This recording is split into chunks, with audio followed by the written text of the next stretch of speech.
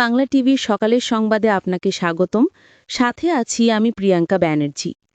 চাঁদপুর জেলার হাজীগঞ্জ উপজেলায় বিএনপির বর্ষীয়ান রাজনীতিক ও সাবেক সহসভাপতি মোহাম্মদ শাহ আলম খানের মৃত্যুতে গভীর শোকের ছায়া নেমে এসেছে পুরো এলাকা জুড়ে। সোমবার 10ই নভেম্বর সকালে তিনি চাঁদপুর ফ্যামিলি কেয়ার হাসপাতালে চিকিৎসাধীন অবস্থায় শেষ নিঃশ্বাস ত্যাগ করেন। বিস্তারিত হাজীগঞ্জ প্রতিনিধি মোহাম্মদ কাউসার পাটোয়ারির পাঠানো ভিডিও প্রতিবেদনে। ইন্না লিল্লাহি ওয়া ইন্না ইলাইহি রাজিউন।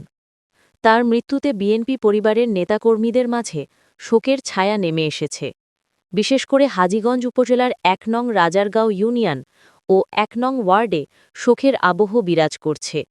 শাহ আলম খান দীর্ঘদিন হাজীগঞ্জ উপজেলা বিএনপির সহসভাপতির দায়িত্ব পালন করেন। রাজনৈতিক জীবনে তিনি ছিলেন সৎ, পরিশ্রমী ও দলীয় কর্মীদের কাছে একজন সহজ সরল নেতা হিসেবে পরিচিত ছিলেন। ১ নং ওয়ার্ড ছাত্রদল ও যুবদলের নেতাকর্মীরা জানিয়েছেন, তিনি ছিলেন একজন নিরহংকারী, ধর্মপ্রাণ ও সমাজসেবী মানুষ। তার মৃত্যুতে আমরা হারালাম একজন আদর্শ নেতা ও অভিভাবককে।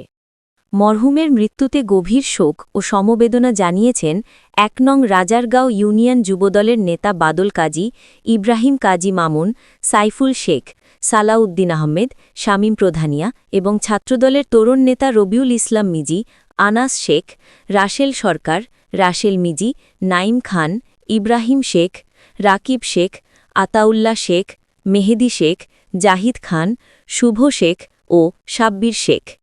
তারা বলেন, শাহ আলম খান ছিলেন এলাকার মানুষের আস্থার প্রতীক। তিনি সবসময় মানুষের দুঃখে সুখে পাশে দাঁড়াতেন। তার মৃত্যুতে আমরা শুধু একজন রাজনৈতিক নেতাকেই হারাইনি, বরং সমাজের এক প্রিয় মুখকে হারিয়েছি। বাদ এশা মেনাপুর পীর বাদশা মিয়া উচ্চ বিদ্যালয়ের মাঠে মরহুমের জানাজা অনুষ্ঠিত হয়।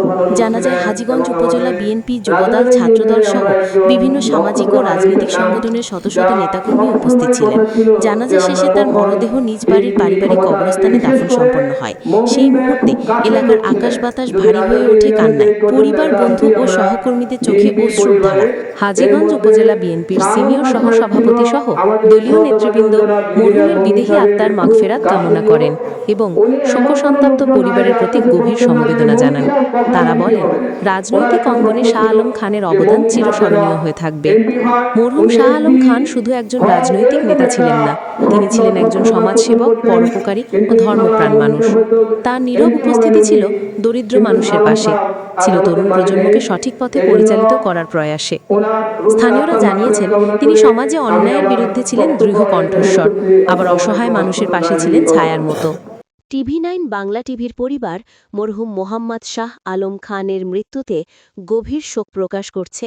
আমরা তার আত্মার মাগফিরাত কামনা করছি এবং শোকসন্তপ্ত পরিবারের প্রতি আন্তরিক সমবেদনা জ্ঞাপন করছি।